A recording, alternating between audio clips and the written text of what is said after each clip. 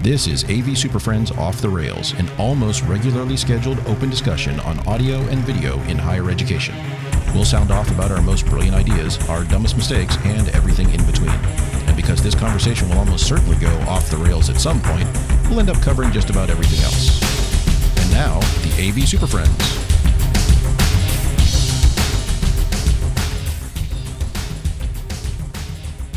For April 29th, 2022, it's the AV SuperFriends Off the Rails. Welcome back, everybody. Time for another Friday afternoon podcast adventure with the AV SuperFriends. I hope it's Friday afternoon where you are, because it's Friday afternoon where I am, and I'm the only person I care about.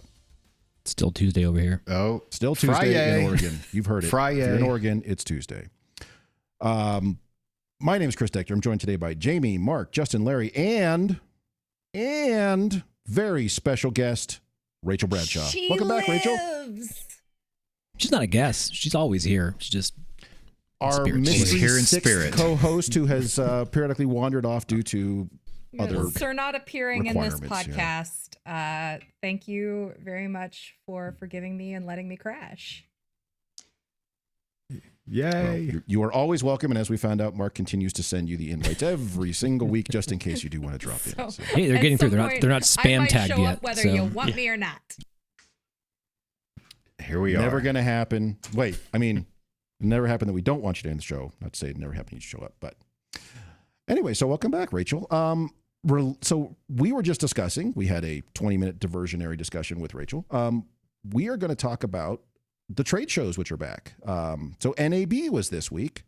All sorts of random stuff going on. Larry, you have an article here talking about NAB's attendance numbers. So numbers are up, not quite where they were 3 years ago, but getting there. Signs are looking good. Lots of products coming out.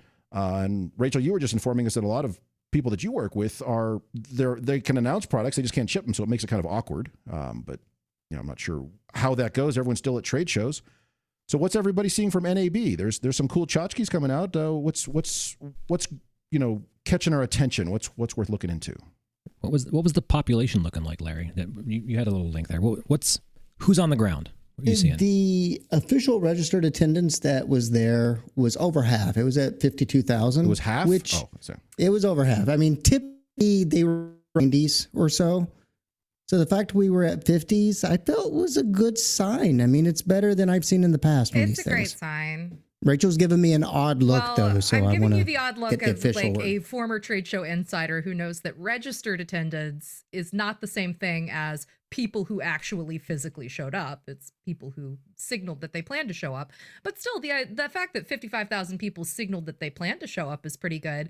And what I've heard from folks who were there is that it was, good, that they had a good show and that there were people there that they made meaningful connections with. But I am also looking at research from Deloitte that says that right now we can expect corporate travel spending, to be about a third of what it was at this time in 2019. And I'm hearing that that's mapping pretty directly to what people are seeing at trade show conferences, that they're seeing the traffic on the ground being about a third of what they were seeing in years past. And it is interesting to me that same Deloitte study does not forecast a time in the future when it gets back to 100%. My least favorite phrase in the English vocabulary may be the new normal, but I think this is kind of it, that we can expect that in-person trade shows are going to fundamentally change. They're still going to exist. They're still going to be valuable. I think the fact that you have 55,000 people who said, like, yes, being in Las Vegas for NAB, that's valuable to me, proves that there's still a big role for B2B trade shows to play in the industry, but their nature is going to change, because I think people have in the past 2 years found a lot of other ways to get some of the things that they used to get from trade shows. I think that's playing out at most of the universities too, because we used to send a contingent. We used to send like 3 people. This year we're sending 1. The last time Infocom happened, we sent 1. So I definitely see universities scaling back. We've always sent 1, so no change for us. Was that one you? Yeah. Was that you? Yeah, that was me. But did you go anyway, or did the university like put you in a box and ship you there? Like that was both? sort of. Justin's allowed to go, but he's not allowed to check a bag anymore. Oh, right. Fly cargo and coach. Yeah. Too many eyes on me. Yeah. A little shady. They look up the cheapest ticket on Spirit, and that's all you get. Stay in the motel down the road. He actually has to hitchhike from Kentucky, so it takes a while. It take a bit more time off work. He starts in February. That's surprisingly fast, by the way. It's not as slow as you think. I thought that one of the cool things about this is that we kind of forgot about was the excitement of the companies that did keep that trade show mentality of the excitement of guess what's coming. There wasn't very many. Most of them that I saw, I'm sure there's a whole bunch of broadcast and engineering things that did the same. But the things that I was tracking, there was a few that were like, hey, finally see this thing that we announced a while ago. You know, finally come and put your hands on it. And then there was some companies that all of a sudden were like, here's 16 things. Like, what? Nobody does this anymore. So that was kind of fun to open up the trade mag the next day. You know, Bird Dog was one of those. Mm-hmm. Like, and when we talk about them on the show a lot, and how NDI is catching on, and boy, it's almost like they listened all the way from Australia, because they dropped several things, and they also dropped the announcement that even their existing products, a lot of the capabilities, they're just going to firmware upgrade everything you already own. They're like, no, we're not playing this replace it all tomorrow thing. It's like Oprah, you get firmware and you get firmware. Now we'll see how it all works. Not for nothing, but one of the really cool PTZ things. Optics did the same thing across their camera line last year. They started with some of their PTZ cameras and then rolled it out all the way across like their conferencing cameras because they could, right? You can't always get all of the OEM parts you need to release a new product right now, but you can, by God, improve your existing products. And if you want to maintain your relationship with your customers and help them keep the equipment that they have working while they wait to be able to upgrade their entire system, that's what you got to do. So I thought that was really cool. And one of the things that really stuck out is that now, and it wasn't just Bird Dog, KiloView has one, and I thought somebody else had one too. Can't find it right now. But the NDI directly to USB. Yes. It's a game changer. For game us, changer. We've talked about it on the show a lot. I've dumped a lot of NDI, but the last little part was converting it to USB. And NDI makes a cool software, but it's all has to be run as an administrator. And on managed PCs, we don't get that option. And so we couldn't just get it piped right into the computer. And I had to have 3 things in the pathway just to get USB for Zoom and things. And now it's just one thing. This little pod pulls the stream right off the network, turns it right into USB, and just plugs in. I thought that was awesome. And there's also the fact that often my camera is not on the same network as my computer. And there was I wanted to do NDI, but I really couldn't. This solves that. This is huge for us because guess what I get to do? Throw away all that shitty USB transport that we've been doing in Zoom rooms. And now we can actually use real cameras and run it back to that little pod. We're good.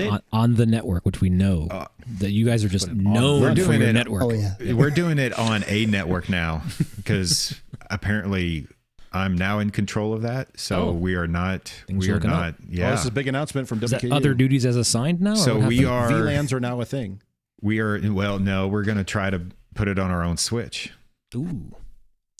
Which is kind of going the same way. Talk to Larry about that. Talk to Larry Show about for another day. Yeah, no, but that's a different problem. Progress, though.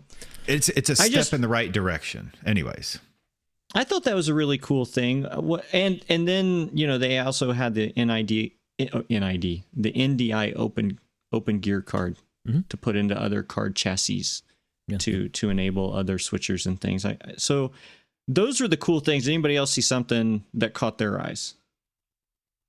No, I like that stuff. That open gear piece, I think, I'm often challenged with how do you change your physical plant, right? When you want to be able to use what you've already invested in, but you can't make that jump and change everything. So to be able to mix and match IP transport like that, and kind of some pre-existing investments, it changes and allows us to rethink where we can produce from and where we can kind of contribute from across campus. So I have reliable network, game's on, right? Everything's now part of my studio. And I think tools like this are awesome. And even highlighting again, those that are not necessarily putting out new hardware, but refreshing and refurbing via software and firmware, that's how you get brand loyalty, right? That's how you build those relationships so that when hopefully better days are in front of us and hardware comes out that is more of a game changer potentially, like I'm going to look at those companies and say, hey, these businesses kept it relevant and did a whole lot to make sure our investments went a long way. So I think those, and you're seeing that from those smaller brands. I think I really do like that push, and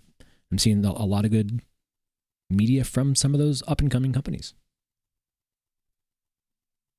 I suspect that'll be the theme of trade shows this year and probably in the next year as well, is kind of your light upgrades or maybe a few new physical products, but a lot of kind of qualitative improvements to existing equipment via software or via add-ons or something like that.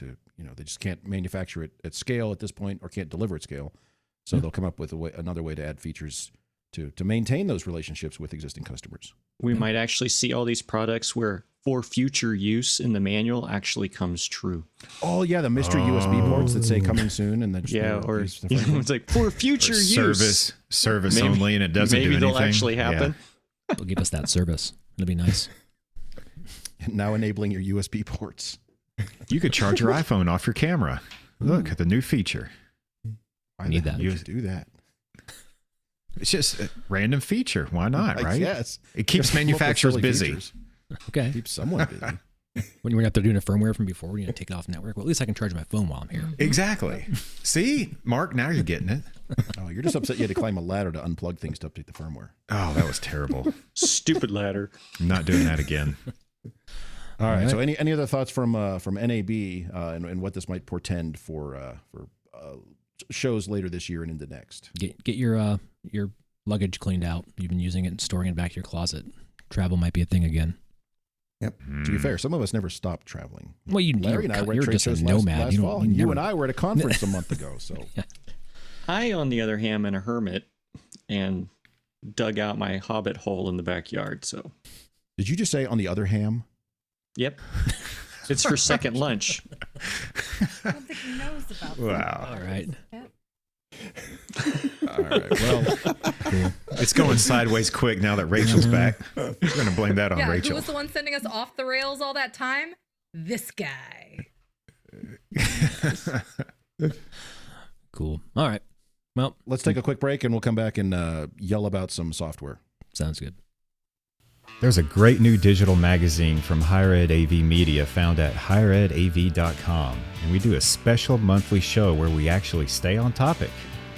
It's a show where we try to really focus on a single topic and break it down into AV SuperFriends style. That's the AV SuperFriends on topic, found at avsuperfriends.com, higheredav.com, iTunes, Amazon, Spotify, Google, and wherever else you get your podcasts from. All right, so for our first topic today, we wanted to talk about all the different software packages that we all use. We all use something different. We all use a smorgasbord of various software packages to do different aspects of our design and our proposals and our schematics and our project management, all that stuff. And as we discovered just talking internally that we were all using a wide variety of different software, we thought it'd be fun to kind of go through those. So where do we want to start? Do we want to start like in the earliest sense of a project, maybe that initial client meeting or that initial site walk, or do we want to go past that into the more esoteric and interesting specific software packages? Let's keep it generic at first. What do you do for needs gathering or like needs analysis? Do you have anything Outlook. Specifically? I use Outlook. Well, there's some scheduling. There's truth to that. I use like, something worse. There's point of contact. Like you got intake, we get Gmail. that. Yeah. Like, do you have a ticketing system? People kind of come in through your front door. Yeah, ServiceNow. Okay. Yeah. So yes, that's a good point, Mark. So yeah, where does a project start? Someone says, I need to get some new stuff. And oftentimes they probably still see you on campus and like, hey, we need to do a such and such. Mm-hmm. But is that first response, and should that first response be, yeah, go put in a ticket for it or fill out this form so we can track it?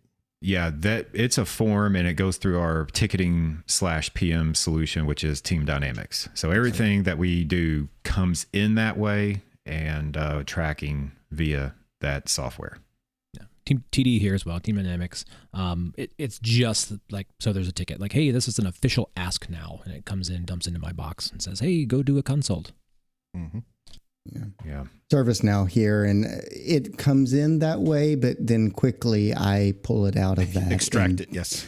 Like, okay, I'm going to do all the other work out here in my realm because it was designed for IT and it just doesn't flow as well as it should. I'm with you, Larry. That's what I do too. There was always that hope that like TD was going to give us some of the project management features, but we just never got them. Not to say that they don't exist. Yes. We just never unlocked them for some reason. We never got the high score enough to get those features, I guess. Did they? So I think we have that. We use Team Dynamics here as well, but I think there is a plugin or a module for project PM management, stuff, but I yeah. don't think it does anything that we really would like it to do, does it? Yeah, I'm not I sure. haven't So used it, I never got to use It's it. okay, but it doesn't do everything that we want it to do. Does it Yeah. make Gantt charts? That's all I want. You can. With ServiceNow, their project management is much more facilities oriented. Like there's not that sweet spot between the two, which is kind of where we fit. And so it's a module for us to launch to get our system into the project management section of ServiceNow. And we're not exactly where it should be. So we've never been able to convince them to do that. What about you, Jamie? How do people get a hold of you? We don't Carrier have. pigeon. Yeah. There are a myriad of different ways, and none of them are efficient. You seem happy about that. Look at his face. Slack. He is so full of Holy joy crap. I'll about tell you, how. Looks I've like a had Monday. one of them weeks where I'm really, really trying to make sure that what comes out of my mouth doesn't come back in my review in a few weeks. I gotcha. No, to get if it's a project like a capital, this is going to be a new building thing, then it comes through CFM directly. If it's occasionally we Sharewell is our ticketing and tracking system. That's like you guys, it's not really built for what we do, so it's just kind of a hey, heads up, this is here. Yep. But then you pull it out into your other things. Yeah. And then sometimes they contact project management. We used to have a web form. This is the part that we're not really good about. A lot of it is just informal. And I've been around long enough. It's just informal of, hey, we got this thing. Mm-hmm. Okay, let's talk. And we move it from there, right? We don't have a that works. formal People process for kickoff. Done that for years. Yeah, and sometimes that's all you need too. Mm-hmm. I mean, the issue we have right now is with projects will come in that same way, but through different people. So I'll have somebody from computer support or from facilities or something mention something. I was like, is that real? Because if it's real, I need to get a name and get that stuff started in there so I can follow up. But if it's not real, then that's where I wish we had some sort of, even if it was just open up a support ticket where we had something where all of these different people just open and close one immediately. So at least there's a list that it's been discussed. Because when you just get that random email about, I want to talk about a project, we all have them.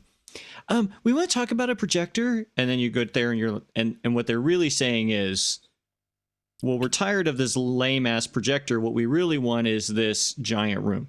We want a whole room, but we want you to pay for it and install you it to for me pay for for it, no yeah. cost. Yeah. So that's what I need. I had do that? somebody in the same meeting, and somewhat unironically, in the same meeting, remind me that they had the second largest academic budget on campus, and at the end of the meeting, ask me to pay for their stuff. You can't have it. By the way, that project has not moved from that meeting.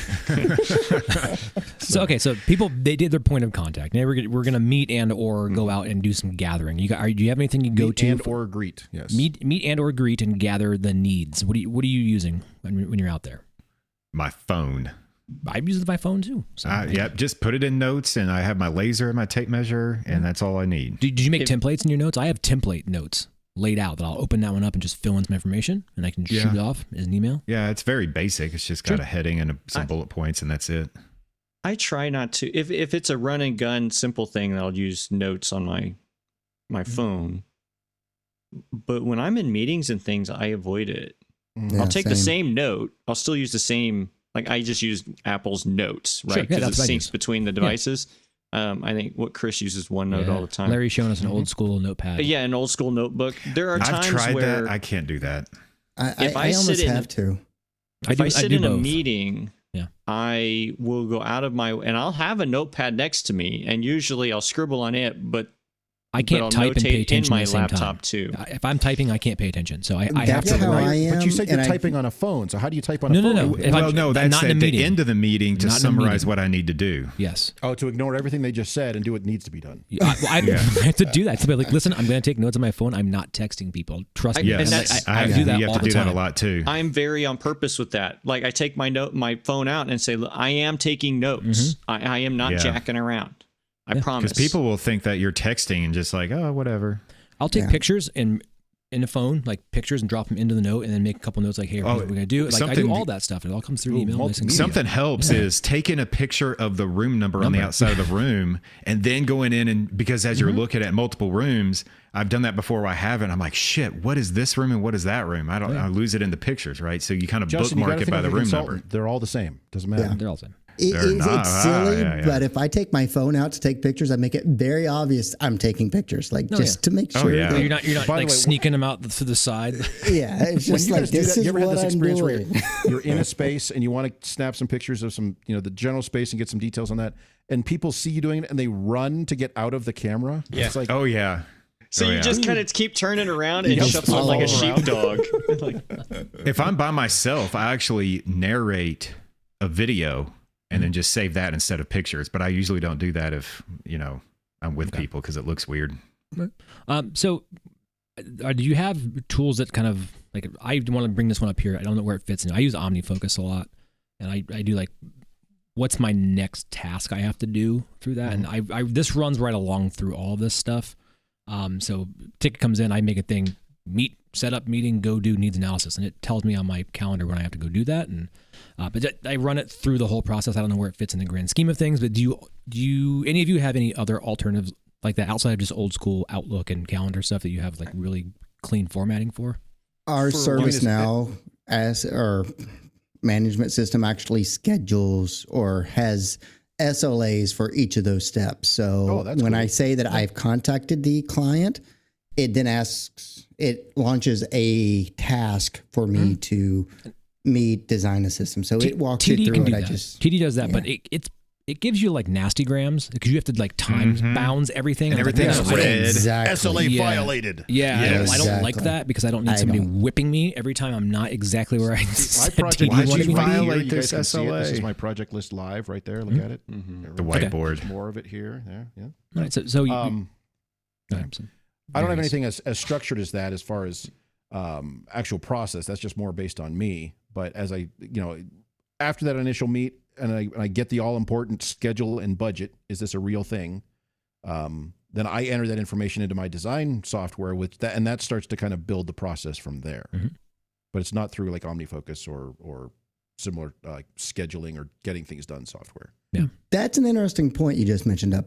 The budget. Is this a real thing? At what point do you all ask, is there funds for this? First So meeting. I know Every how to meeting. Every waste meeting. time or not. have to. And 90% of the time, their answer is, we don't have money. We got to go find it. I'm like, what the hell is that? Nope. Yeah. So what I've done, and as I get here, where I will say previously at IU, it was very, very structured that people were generally, once facilities especially got involved, that meant there was an actual project already. Someone gave them an account string basically. Whereas here, they play that same game. Let's just see what it costs and we'll get money. So I will now, I've added a pre-design phase where I will crank out a high-level estimate Yes. in about an hour. And then I throw a 25% contingency on top of it, including labor charges and all the rest, and throw that back at them and say, okay, here's what we talked about. Here's what we can do. It's going to cost you this. If you're interested, let me know. Otherwise, it's dead in the water. And I've had probably half of them that it's big crickets from that point forward. Yeah, you're exactly right. I did the same thing, and it was suggested by our boss. I'm like, well, yeah, we can do that because we waste a lot of time. Because if over half, I think we were tracking it. I don't remember the exact numbers, but I know it was over half. Half of our project requests or more are not funded. They just get canceled. So we're like, we're tired of this shit. We're going to throw a 5-minute estimate out there. And if they don't bite on that, we're done with it, Yeah. During that initial, the very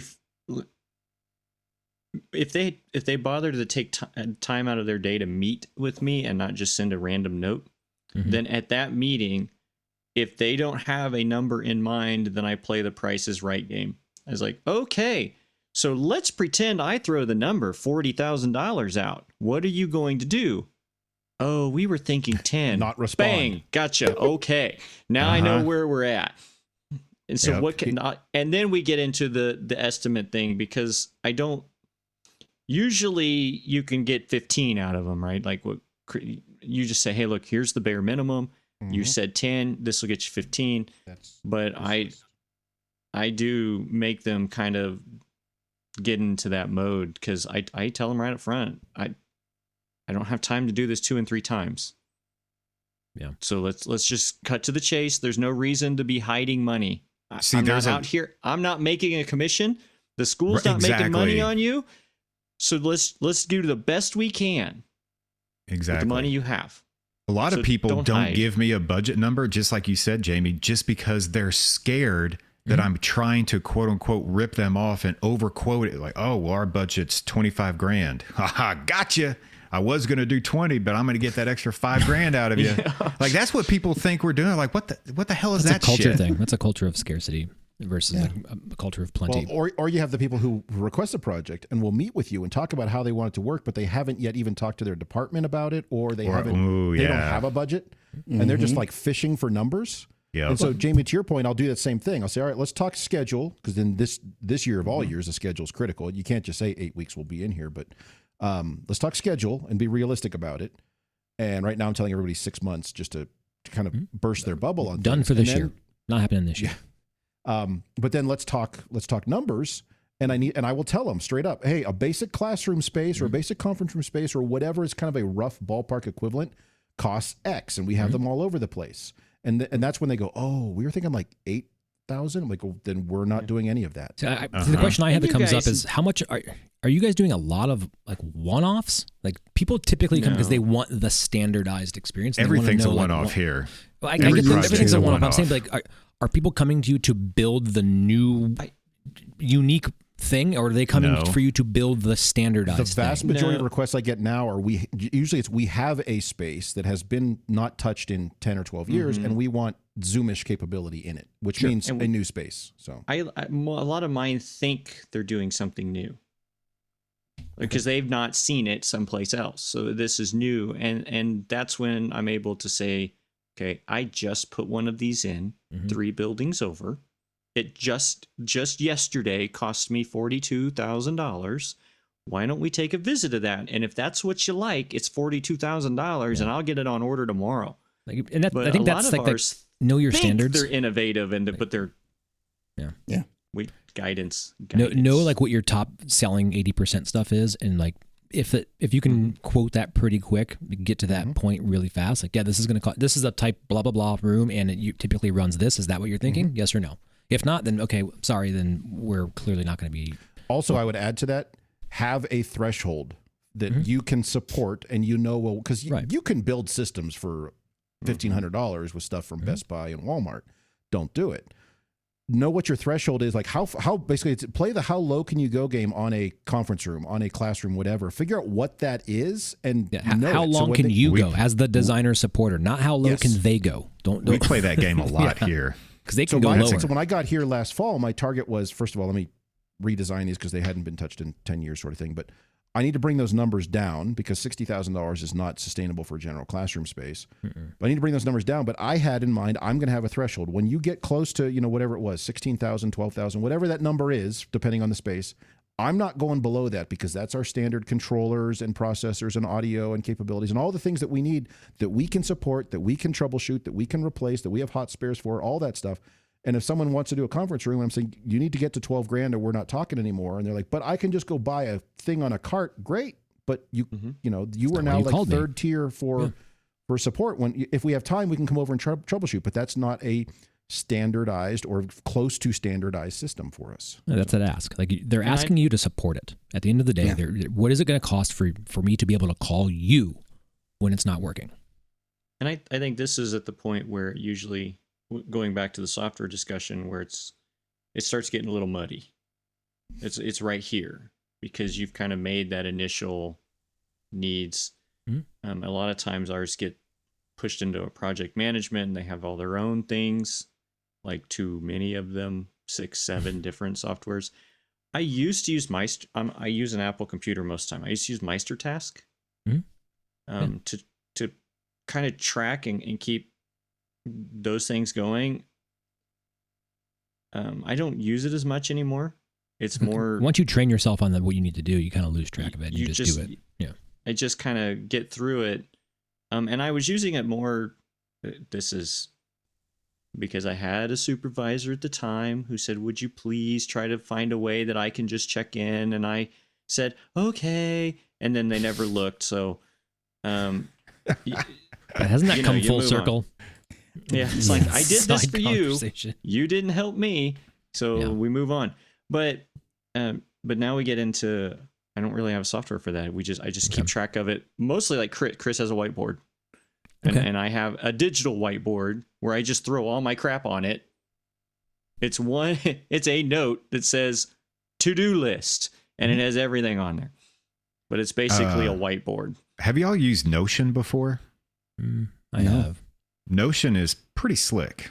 I use that to just keep track of high level stuff. It's trying to be project management, and you can custom do stuff and make it automate stuff. And sounds kind of like Smart Sheets sort of thing. Yeah, maybe. Smart Sheets is more Excel-ish.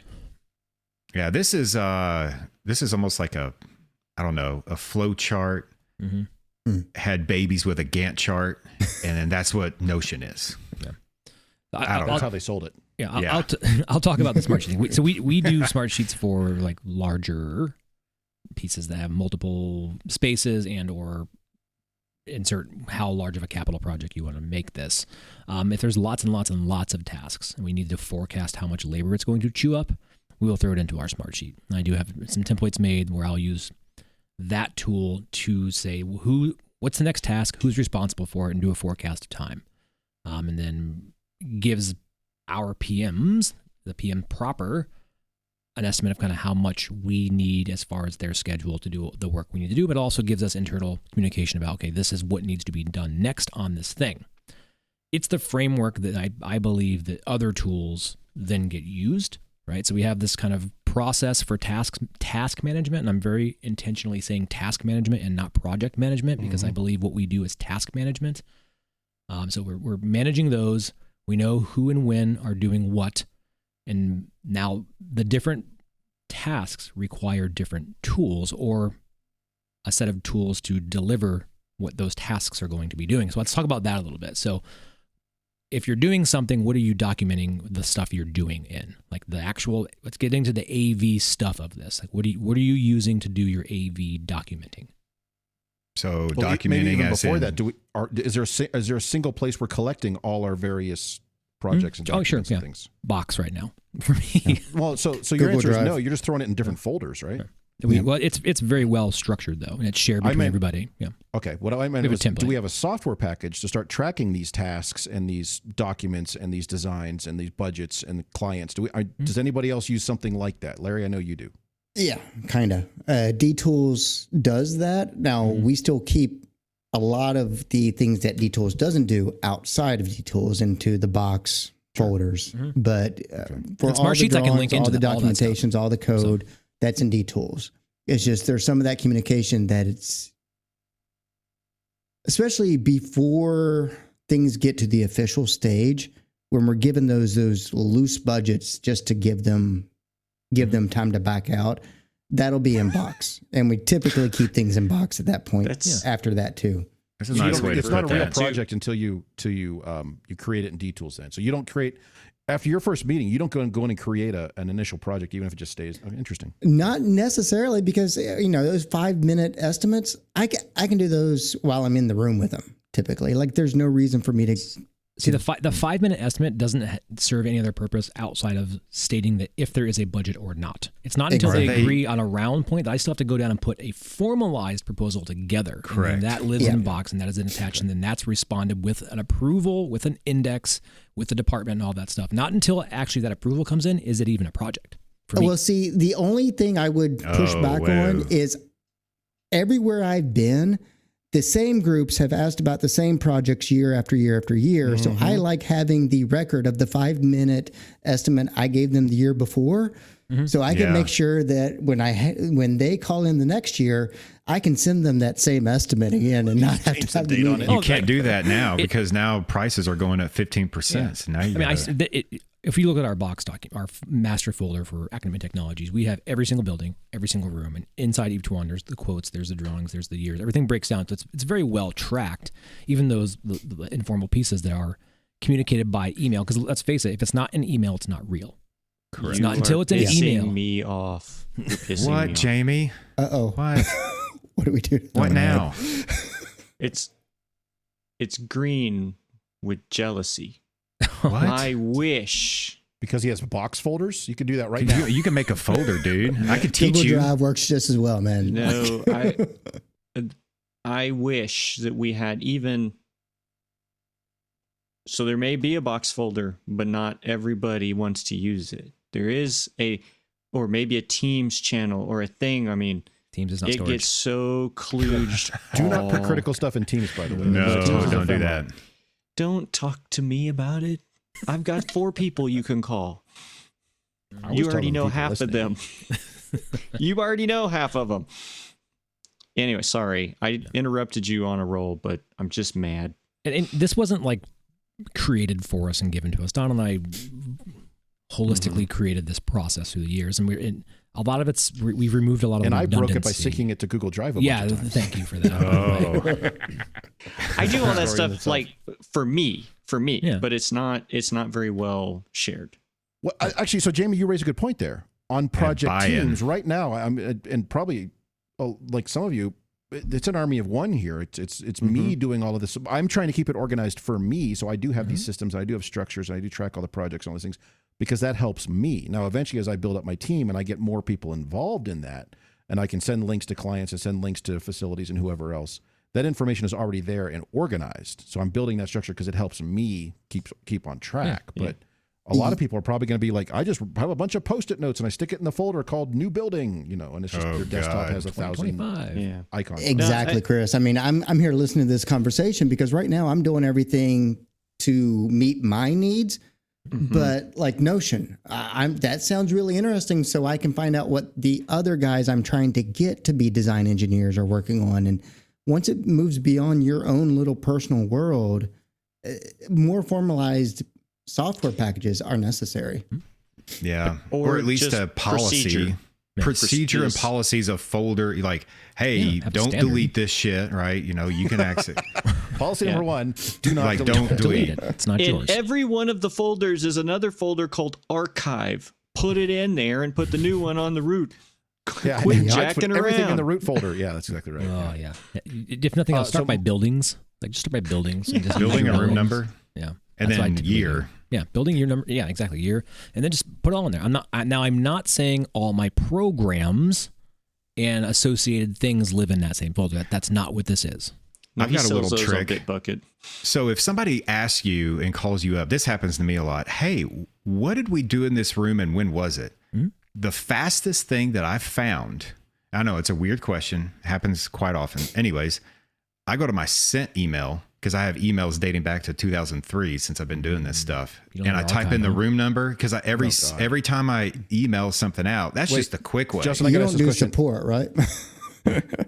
Are you one of the people who has on your like Outlook or whatever, you have 1,000 little subfolders and you like dramatically organize I where have stuff goes? And Building and then already too much. years I've in never my done email Yep, subfolders. done. You're doing it wrong.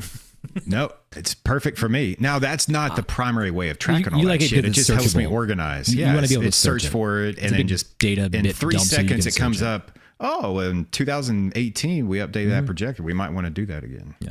Whatever. Mark, a few minutes ago, you mentioned tasks and getting into like how we organize that. So what are you using for that? Primarily, but when it's a project with lots of tasks, right? And we have small, simple single rooms, and even Smartsheet has a template of a typical room, all of the major tasks. And it starts with a proposal, right? And I was really intentional, but I said it's not a project till the proposal comes back with a sign. That's the beginning of my project, right? I See, give that's the interesting. proposal because the university knows that we're going to be meeting consulting a lot. It's part of the job, and we're not going to bill for the consultations. That's not what we're doing. And so when all of a sudden we are taking staff time and it's time to go, we're ordering, we're doing all that. That's the beginning point of it. Huh. And so that's the beginning of all of our Smartsheet project documents. Starts with the proposal has been agreed and signed. Boom. Now that kicks off all the next tasks. I'm not going to rattle them all off here, but it's every major piece you have to do, from like ordering and yada, yada, all that stuff. Your right? milestones, yeah. Milestones, right? Milestones. It just kind of has really simple who's doing it and estimated time it's going to take to do that.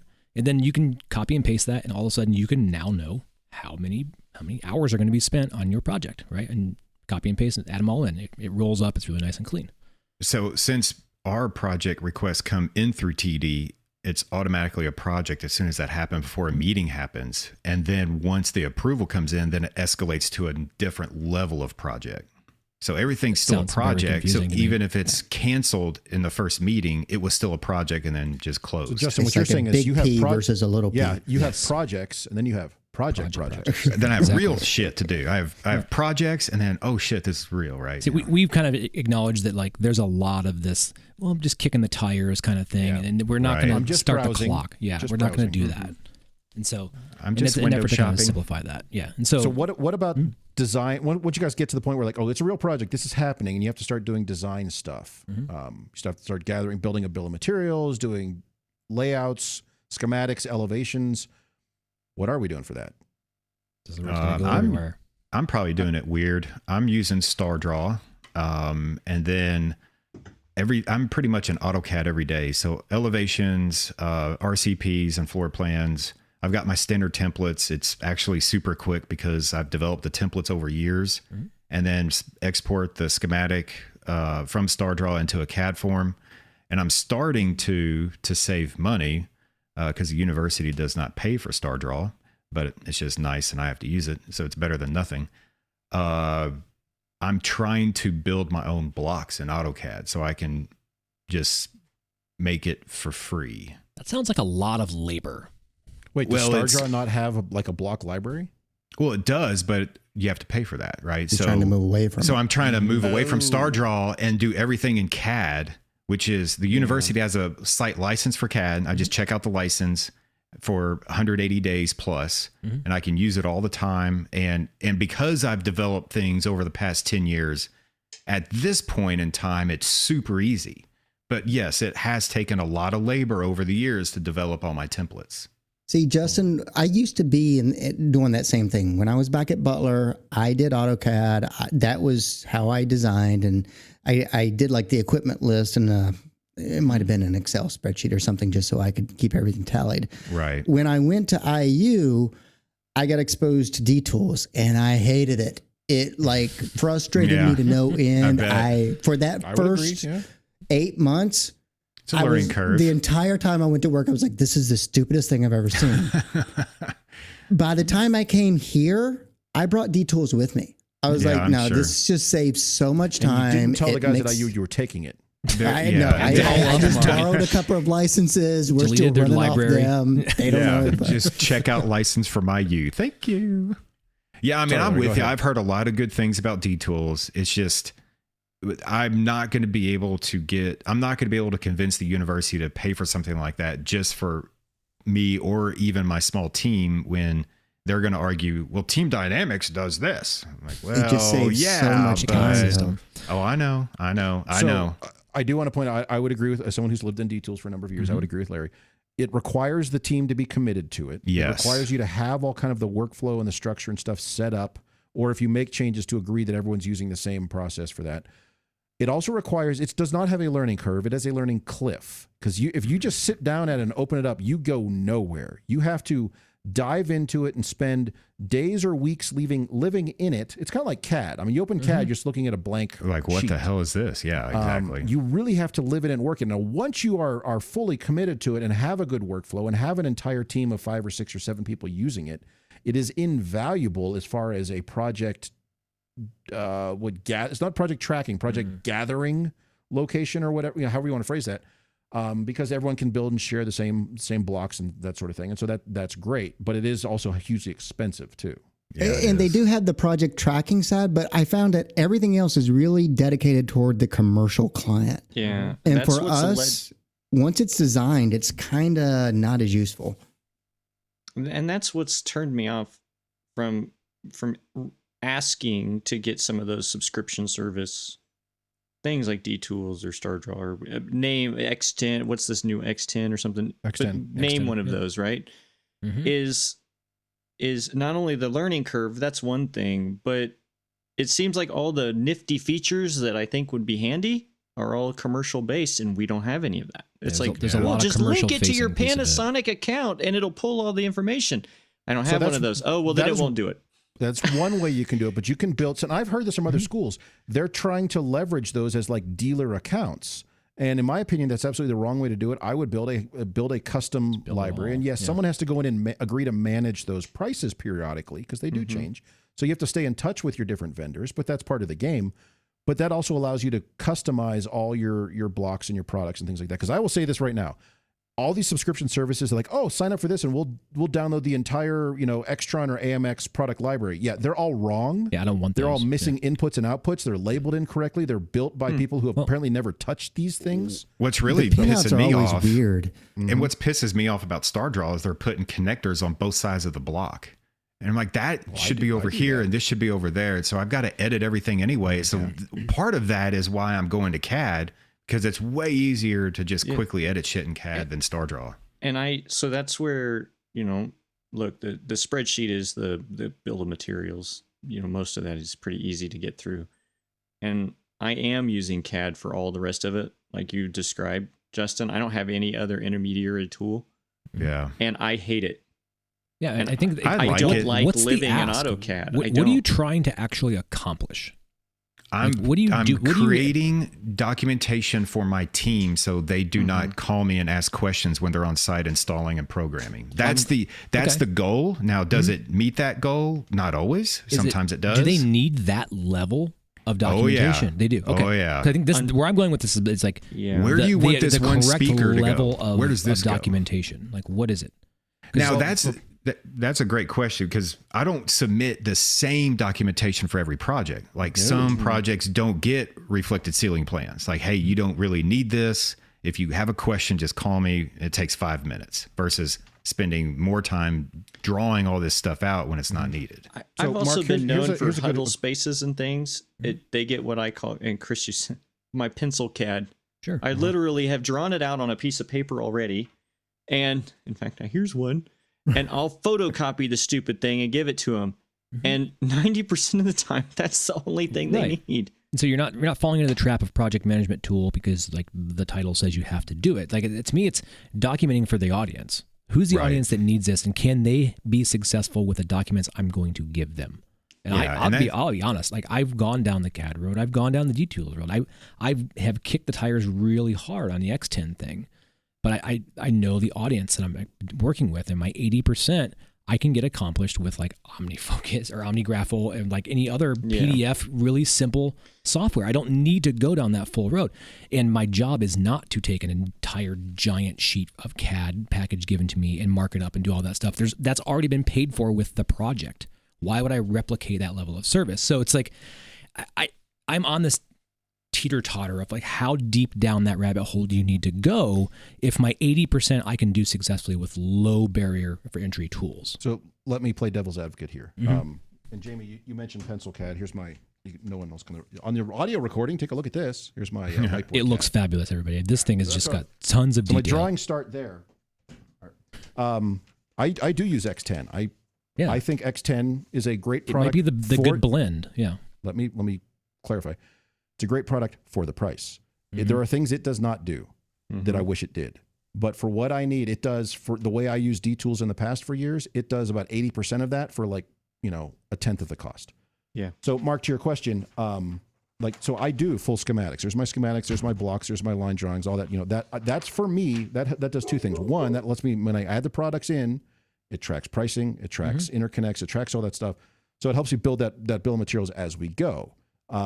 However, clients never see that. That never goes to a client because they don't care what that is. No, For a clients client, I do the right. simplified Wired, version. yeah. So they get the thing which is wrong. Do not use this because it is absolutely wrong. The touch panel does not connect directly to the video. He's switcher, using the Zoom drawings, everybody. He's holding up Yes, basically the Zoom drawing that you see. He has taken the JPEG of each individual thing and just drawn a line to it. So And drawn Which a I line, used to yeah. do imagine for the descriptive. But for some clients, folks, that this works. is a great selling point to say you're going to have a monitor and it has a sound bar and ooh, sort of thing. And you're here. I don't on give the map. that. I will give them the SketchUp though. I will spend more time creating a SketchUp of what I'm trying to do That's a good than point. the actual Yeah. drawings. See, clients like typically don't want visuals in my domain. They want they to experience. know what it does and doesn't do in a text Yes. form. They do not want to see something. Oh, I get them. They get a scope of work and they get Yeah. a description of the system operation and they get all that. But I also provide drawings because it's easy when I sit down in a meeting and I'm trying to sell them on why they need to spend $40,000 and not $8,000. I can walk them through and explain what each thing does, and it starts to grok. They start to grok that. So Now let's think of this on scale too. So a lot of the AutoCAD, a lot of the SketchUp, a lot of those level of details is on the giant things, right? I need somebody who if they're going to spend $600,000, I want them to see what they're getting, and I want them to make decisions on. Okay, I want to give you a 20-foot, like Chris said, I want to give you a 20-foot screen, and you think 8's enough. Now, if you sit in this chair, what do you think? But I don't do this for the average conference room or classroom. That's usually for the every on the single grapple space. thing. I do it. I actually do for the standards because the standards, I don't want any variations. I don't want there to be any Interpretations. confusion between the text, between the students, whoever's doing it. I want to make sure those are documented well. I almost Most provide of those, aren't they elevations for just, like, every hit project. print? I mean, Yeah, but I put the time up front to make sure that those drawings are as good as the expensive rooms drawings. Let me ask you this, like going back There's to my not there's my creating elevations. elevations. Yep. Ooh, Like elevations. if you don't create elevations, are you with your installers to tell them where to put something? Like how do they know where to even If I don't put do something? elevations, I'm there because A, I'm trying to build that relationship anyway, and B, it's just good to be there with them occasionally. Yeah, because I was going to say, how else are you going to communicate that with them without drawings? But Mark, you I'm asked on about, like, campus getting every to- day, so Mark, you asked about getting to that 80%. So I have local integrators who I can hand this stuff off to. And if they deviate, I call them on it. Hey, this goes there. This is labeled accordingly. Because here's the thing. I don't trust them to do it right. And I don't want them to come back and say, hey, we're done. Oh, yeah, we couldn't figure out how to make this thing work. So which goes over here now? No, that's not how this works. That's not how it's designed. That's not how it should operate. So until we get those relationships built up appropriately, until I get the staff here built up to the point where they know when I say it's a standard classroom and they know what that means. And I know you've worked very hard over the last 15 years at OSU to build that internally. You have the luxury of having the staff there with that experience. Here, it's a very green crew. I can't rely on any of that. It has to be down to the individual cable label to ensure it's going to be done the right way. To me, it's See, like the most useful one is like bill of materials, one line. Those are my 90%. I would agree. The that's one line is probably the most critical. Bill of materials, unless you mean just like pulling parts or whatever. Yeah, because we got stacks of gear. That way they know These what are all the parts pieces. are. Yeah, and this is what's going in the rack. And like, again, we're kind of building the same thing. We're cookie cuttering as much as possible. The one-offs require more detail, but I don't need to replicate the exact same thing over and over and over again. I open the standard file, rename it, and that's what I do. And so my drawing packages more often than not have the floor plans and elevations and not the schematics, because if it's a standard classroom, the install crew already knows there. Now you got to remember what our simple classroom is. It's a button panel.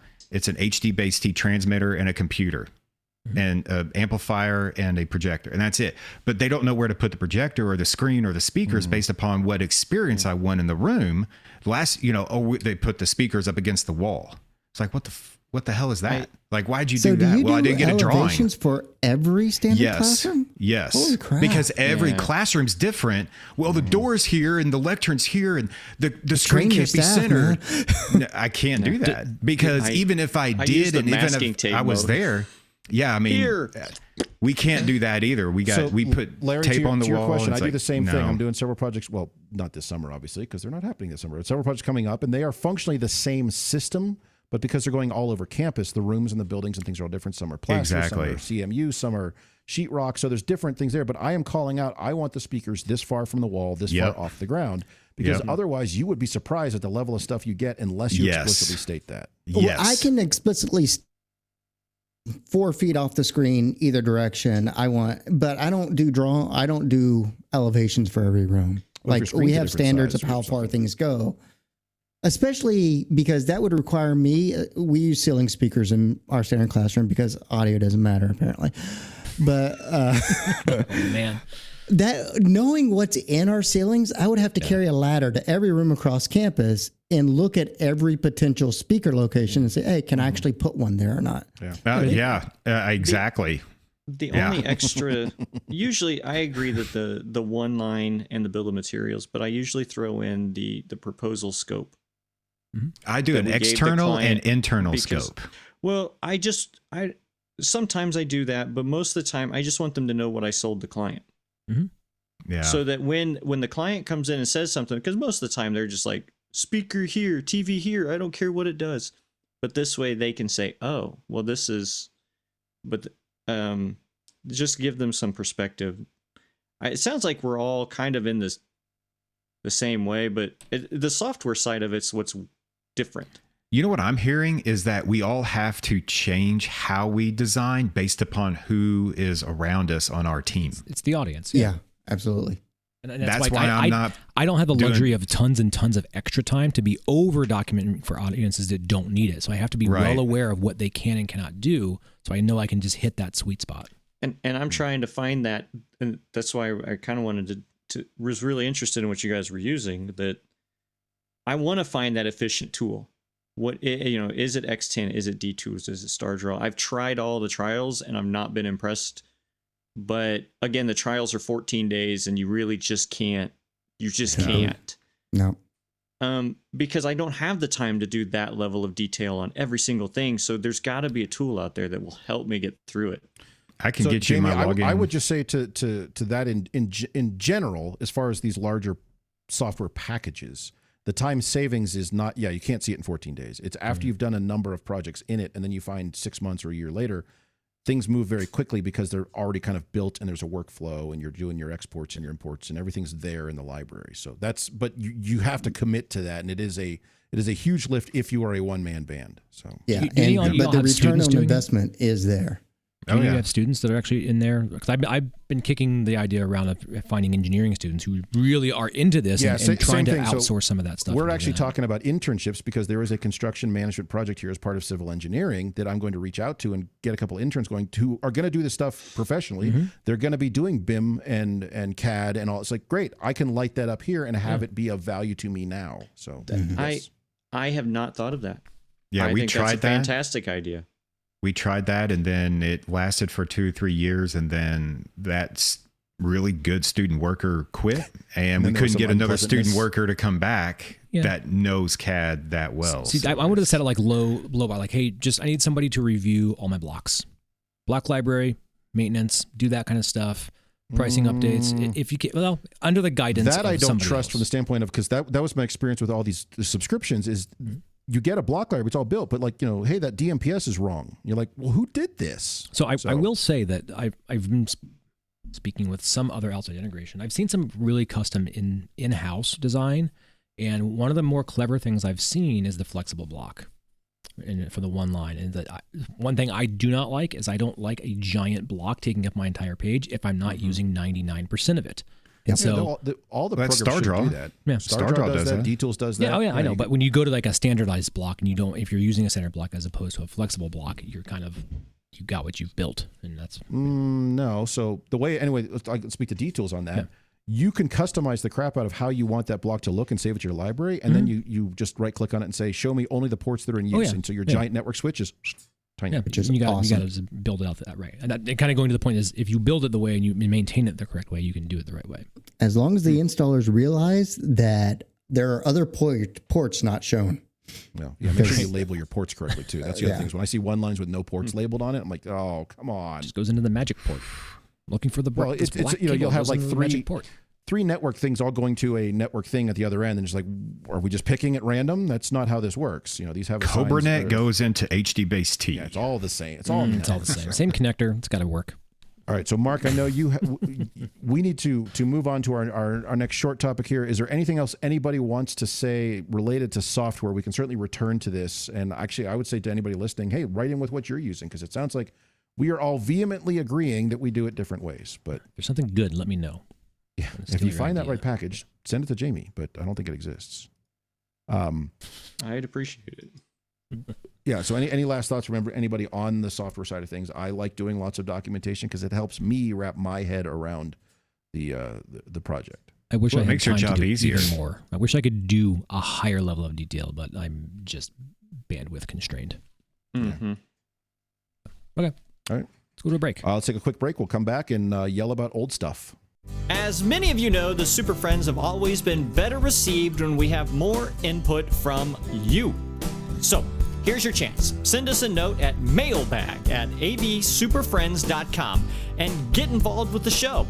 We're looking for some topics to discuss, some fellow nerds to talk to, or just general AV awesomeness to brag about.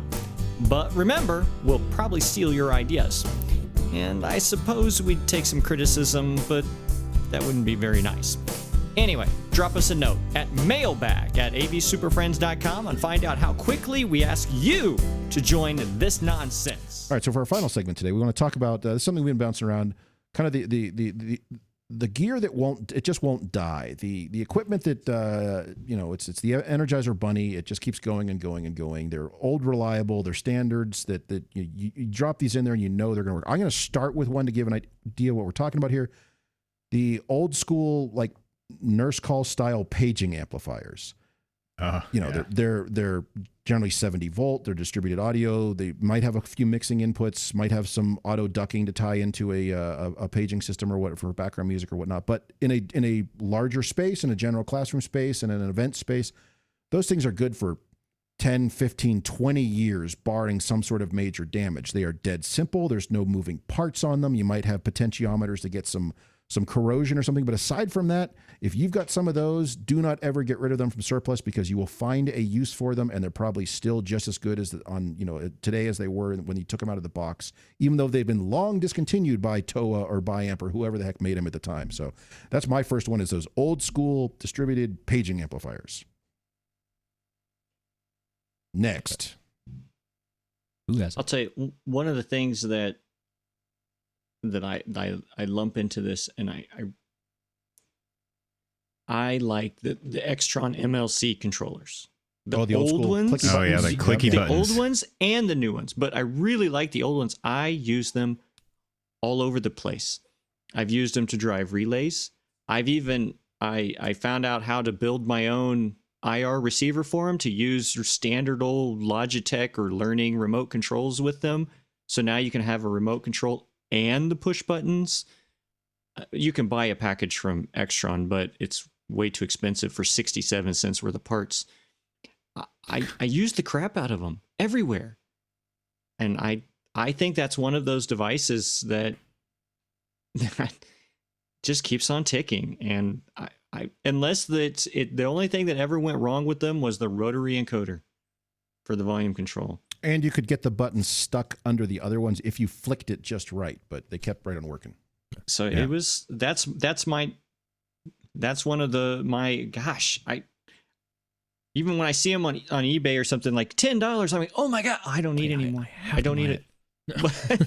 But I do like, I have a soft spot in my heart for that. And I have not hundreds. I probably have 3 dozen of them still just ticking all over campus. Yeah.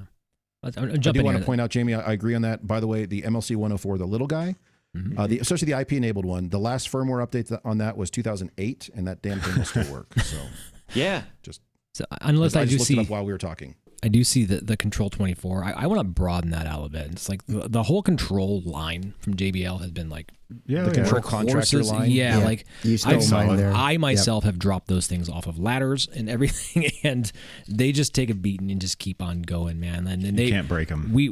It's one of those items where like, yeah, you bought those 10 years ago. Well, we can repurpose those right into your next room, and we have. Like, You just spray Yeah. paint the grill and put them. yeah, those back things out are. again. we students beat the hell out of those things, and they just keep going, and they're like, okay, they're best investment. Worst thing about it, they turn yellow. That's it. If you get the white ones, And getting the grill off the front.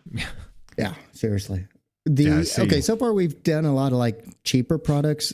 Surprisingly, like when I joined higher ed, the one thing I found out was Spectrum lecterns never looked that bad.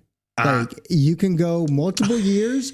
You might have to replace the top, get a new custom top made. No. But they'll last multiple replacement cycles. You're lying to me, Larry. Okay, no, question. I'm not. I got pictures that prove it. Did you ever buy those keyboard trays? You don't do that. Like you that's don't. bad. Don't ever do that. Okay. That's the wrong. only thing that I've seen break on those things. So I was going to say, if Exactly. you buy the Movable keyboard, the parts always flip down lid, and that damn foam thing that falls off, and then you put You're your getting hand, fancy, man. You keep it simple, and they last. That was years ago. They're still around though, but the only thing that we have to repair is that stupid ass drawer. Oh, good. Okay. All right, who's left? I'm looking at our list here. Plasma TVs, we mentioned that, right? Oh, yeah. Barring the actual plasma energizer unit itself dying, those And things the burn-ins. they look great. Yeah. That NPS 100. I just left a room yesterday, and one of those was still cranking out. They're still Yeah, going. MPS 100 is very solid. Some of the quick media stuff, the old Extron IN 1508. I know there's entire campuses built around those. Oh yeah. Those things will not die. They don't do digital. Well, they have a digital-ish input, but doesn't do HDCP. But those things, if you can adapt your computer to analog and still you have a 5-wire system or something, those things will not die. So yeah. It's interesting. Anything else on here on our list of things? Oh, I put on here in generic sense, wired laptop inputs. Yeah, I'm just telling not you, the VGA, wireless. you'll never die. It's coming. Get ready. But yeah, if you have a VGA cable or an HDMI cable or whatever, snake to the top of a lectern, you know that's going to work until somebody breaks the cable. But that input itself is going to work. Whereas someone gets fancy and goes, "Oh, it goes into this wireless appliance, and you talk to this." Invariably done. Don't do it. Yeah. So. But like, there's always like the mounts you always reuse and stuff like that. But that's not really technology. But like we reuse all that stuff too. So I had somebody I found out here that about a year ago, UW surplused a bunch of equipment racks because they weren't using them. And I pointed out the equipment rack standard has not changed in like 60 years, and they're still good. So stop getting rid of that stuff. Yeah. So, okay. But you're right. The hardware is the same. All right. So yeah, there's a couple of our favorites of old stuff that keeps on working that if we are always reticent to get rid of. There's something that when it's time to surplus those, we keep a couple of them because A, we love them, and B, we know we'll find a use for them somewhere. They're not necessarily tied to any specific type of deployment, and they serve their purposes and do it very well, and often can be repurposed to do something else. So I'm sure everybody listening has their own favorites. Write in, let us know what's some of your old stuff you still have out there working, and we'll bring it up on the next show. All right. Thanks very much, everybody. We'll catch you next month. Well, we've managed to ruin yet another episode of AV Super Friends Off the Rails. You can contact us with questions, topic ideas, or general complaints at mailbag@avsuperfriends.com. If you complain loud enough, we might just invite you on the show. Nice work, everyone. Sharp broadcast. Really good. Everyone on the floor as well. Really a lot of hustle. I liked it. The opinions expressed by the AV Super Friends are solely those of the individuals and do not represent their respective institutions, organizations, companies, or clients.